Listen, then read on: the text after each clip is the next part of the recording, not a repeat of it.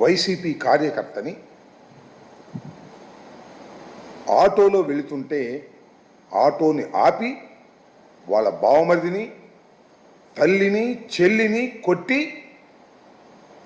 దారుణంగా ఈడ్చుకు వెళ్ళి స్కార్పియోలో ఎత్తుకుపోయారు.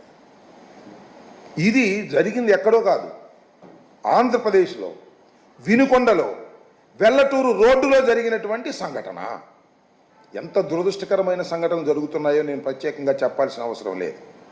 ఈ కూటమి ప్రభుత్వం వచ్చిన దగ్గర నుంచి కూడా అతి దారుణంగా లా అండ్ ఆర్డర్ ఫెయిల్ అవ్వటమే కాకుండా నడి రోడ్డు మీద హత్యలు జరుగుతూ ఉన్నాయి, నడి రోడ్డు మీద కిడ్నాపులు జరుగుతూ ఉన్నాయి. ఈ ఒంటేరు వీరయ్య అనే అతను వాస్తవానికి మాచర్ల నియోజకవర్గానికి చెందినటువంటి వ్యక్తి. పిన్నెల రామకృష్ణారెడ్డి గారి మీద మొన్న పెట్టినటువంటి కేసులో is also an accused. Bail మీద బయట ఉన్నాడు.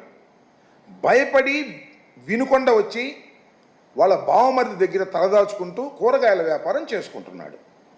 ఆటోలో కూరగాయలు తీసుకొని వెల్లటూరు రోడ్లో వేరే చోటకు వెళుతున్నటువంటి సందర్భంలో తెలుగుదేశానికి చెందినటువంటి వ్యక్తులు, రౌడీలు దారుణంగా వచ్చి ఆటో ఆపి వాళ్ళ బావమరిదిని కొట్టి నరికి తల్లి చెల్లెలను పక్కకు నెట్టి ఇతన్ని తీసుకొని కిడ్నాప్ చేసుకొని వెళ్ళిపోవటం అనే దాన్ని మనం చూస్తే ఇవాళ రాష్ట్రంలో ఏం జరుగుతుందన్న, రాష్ట్రంలో అసలు లా అండ్ ఆర్డర్ ఉందా?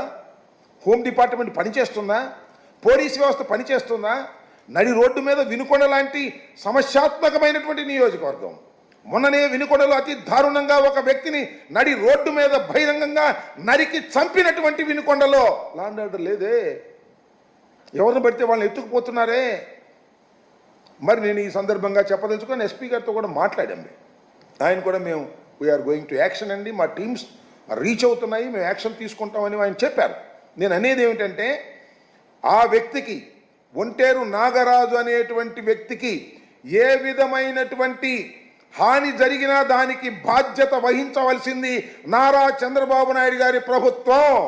దీని మీద తక్షణం స్పందించాలి. అతన్ని ప్రాణహాని లేకోకుండా కాపాడవలసినటువంటి బాధ్యత ఉంటుంది. ఆయన ఒక కేసులో ముందే అయితే అవ్వచ్చు, అది చట్టపరంగా జరగవలసినటువంటి అంశం. ఆయన బెయిల్ మీద బయట ఉన్నాడు. భయపడి వచ్చి వినుకొండలో తలదాచుకుంటున్నటువంటి సందర్భంలో మాచర్ల నుంచి వచ్చి వినుకొండలో దౌర్జన్యం చేసి ఆయన నెంబర్ కూడా ఇచ్చారు, ఏదో దాని పేరు ఏంటి, వెహికల్ నెంబర్ కూడా దానిలో ఉందని కూడా అది ఒకసారి వెహికల్ నెంబర్ కూడా అది ఎంతవరకు కరెక్టో, మరి నెంబర్ ప్లేట్ మార్చారో నాకు తెలియదు కానీ, అడ్డం తప్పుగా మార్చారో నాకు తెలియదు కానీ దాని నెంబర్ కూడా ఈ సందర్భంగా నేను చెప్పదలుచుకున్నాను. AP 37 CU 9252 కారులో నాగరాజు కిడ్నాప్ చేసి తీసుకువెళ్ళారు. ఆ కిడ్నాప్ చేసినటువంటి ఉదంతాన్ని కూడా మీకు ఈ సందర్భంలో అక్కడ ఉన్నటువంటి అందుబాటులో ఉన్నటువంటి వారు దాన్ని వీడియో కూడా తీశారు. ఆ వీడియోను కూడా చూడండి, నడి రోడ్డు మీద ఏ విధంగా జరుగుతుందో.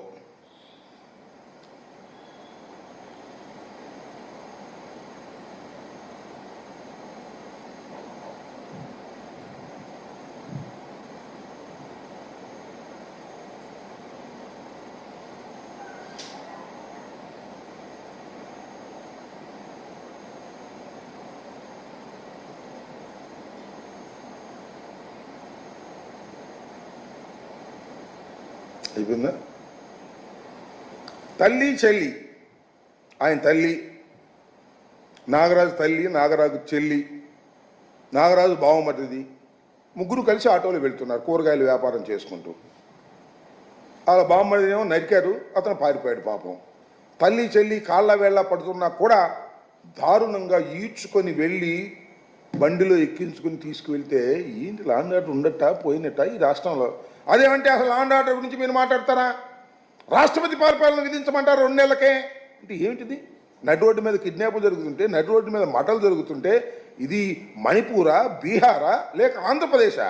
చంద్రబాబు నాయుడు గారి నాయకత్వంలో జరుగుతున్నటువంటి ఈ ప్రభుత్వంలో అంటే రెడ్ బుక్ రాజ్యాంగం నడుస్తూ ఉన్నది. పోలీసులకు అసలు ముద్దాయిల్ని కానీ నేరస్తుల్ని కానీ ఏదైనా గొడవ జరుగుతుంటే ఆపేటటువంటి హక్కు లేనటువంటి రాజ్యాంగం ఇది చలామణి అవుతుంది. రెడ్ బుక్ రాజ్యాంగం నడుస్తూ ఉన్నది. పోలీసు వారు ఎవరైతే ఉన్నారో వాళ్ళు తెలుగుదేశం పార్టీ నాయకులు ఏ ఆగడాలు చేసినా వాటిని కాపాడవలసిందే. వాళ్ళ జోలికి వెళ్ళటానికి వీల్లేదు, వాళ్ళేం అనటానికి వీల్లేదు అనేటువంటి సంకేతాలు హోంమంత్రి గారి దగ్గర నుంచి నారా లోకేష్ గారి దగ్గర దాకా అందరూ ఇస్తుంటే పోలీసు వారు మాత్రం ఏం చేస్తారు చెప్పండి? లేకపోతే కొంచెం ట్రాన్స్ఫర్ చేసేస్తాం, ఈ ఎస్పీని కొంచెం ట్రాన్స్ఫర్ చేసేస్తాం, ఈ సీఐని కొంచెం ట్రాన్స్ఫర్ చేసేస్తాం, మా వాళ్ళకి అనుకూలంగా మీరు ప్రవర్తించకపోతే మేము సహించాం అంటారు. ఇది జరిగిన తర్వాత ఎవరన్నా మర్డర్ జరగగానే ఒక ఇద్దరినో ముగ్గురునో పాపం ఎస్ఐలను సిఐలను సస్పెండ్ చేస్తారు. మొన్న అదే కదా జరిగింది, నంద్యాలలో మర్డర్ జరిగితే లోయర్ ఆఫీసర్ని సస్పెండ్ చేశారు. ఉన్నతాధికారులు ఏం చేస్తారని అడుగుతా ఉన్నా. చట్టం తన పని తాను చేసుకునేటటువంటి పరిస్థితుల్లో ఇవాళ రాష్ట్రం లేదు. రెడ్ బుక్ రాజ్యాంగం నడుస్తూ ఉన్నది.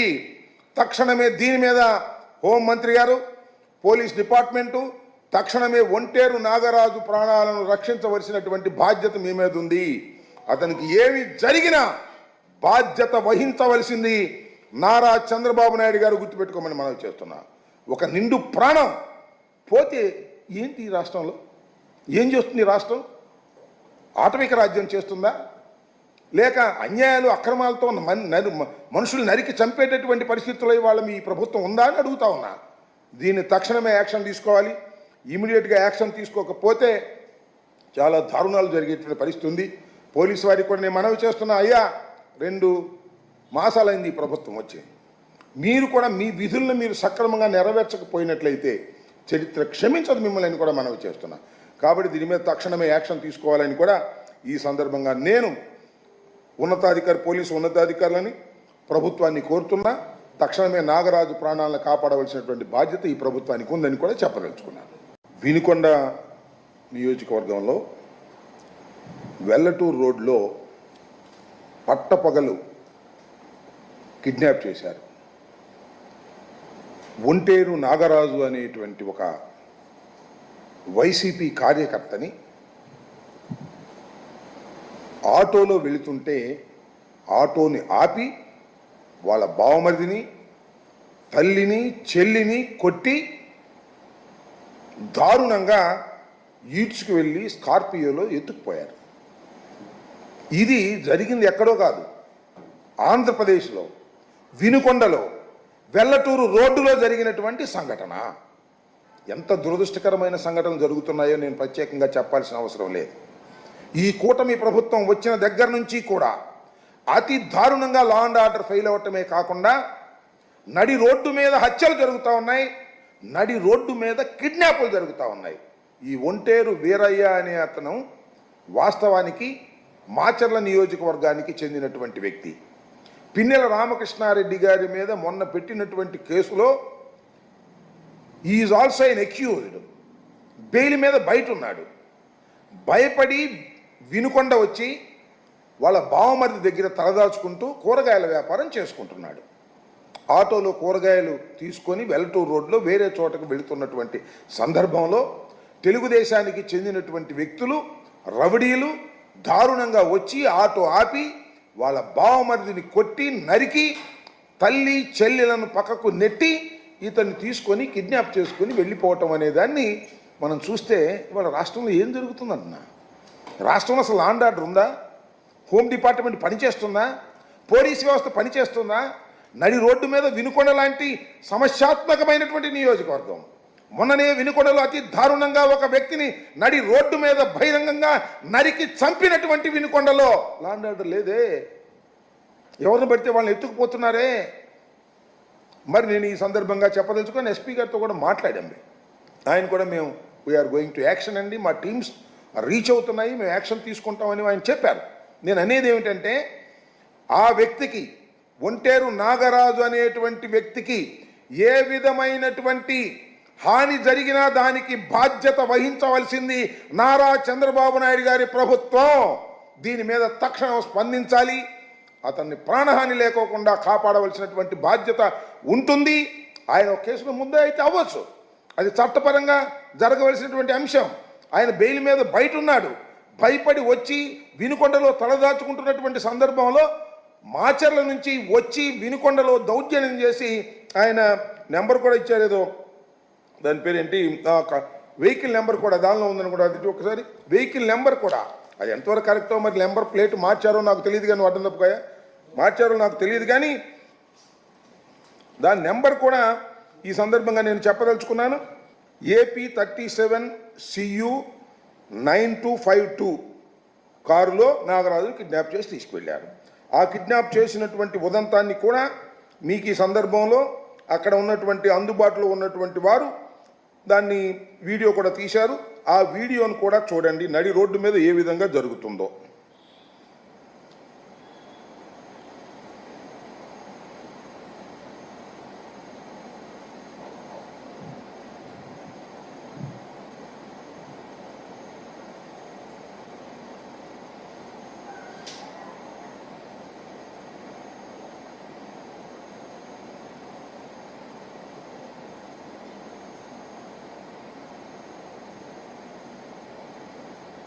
అయిపోయిందా? తల్లి చెల్లి, ఆయన తల్లి నాగరాజు, తల్లి నాగరాజు చెల్లి, నాగరాజు బావమరిది, ముగ్గురు కలిసి ఆటోలో వెళ్తున్నారు కూరగాయల వ్యాపారం చేసుకుంటూ. అలా బావమరిదేమో నరికారు, అతను పారిపోయాడు పాపం. తల్లి చెల్లి కాళ్ళ వేళ్ళ పడుతున్నా కూడా దారుణంగా ఈడ్చుకొని వెళ్ళి బండిలో ఎక్కించుకుని తీసుకువెళ్తే ఏంటి లా అండ్ ఆర్డర్ ఉండట పోయినట్ట ఈ రాష్ట్రంలో? అదేమంటే అసలు లా అండ్ ఆర్డర్ గురించి మీరు మాట్లాడతారా? రాష్ట్రపతి పరిపాలన విధించమంటారు 2 నెలలకే అంటే ఏమిటిది? నడి రోడ్డు మీద కిడ్నాపులు జరుగుతుంటే, నడి రోడ్డు మీద మటలు జరుగుతుంటే ఇది మణిపూరా, బీహారా, లేక ఆంధ్రప్రదేశా? చంద్రబాబు నాయుడు గారి నాయకత్వంలో జరుగుతున్నటువంటి ఈ ప్రభుత్వంలో అంటే రెడ్ బుక్ రాజ్యాంగం నడుస్తూ ఉన్నది. పోలీసులకు అసలు ముద్దాయిల్ని కానీ నేరస్తుల్ని కానీ ఏదైనా గొడవ జరుగుతుంటే ఆపేటటువంటి హక్కు లేనటువంటి రాజ్యాంగం ఇది చలామణి అవుతుంది. రెడ్ బుక్ రాజ్యాంగం నడుస్తూ ఉన్నది.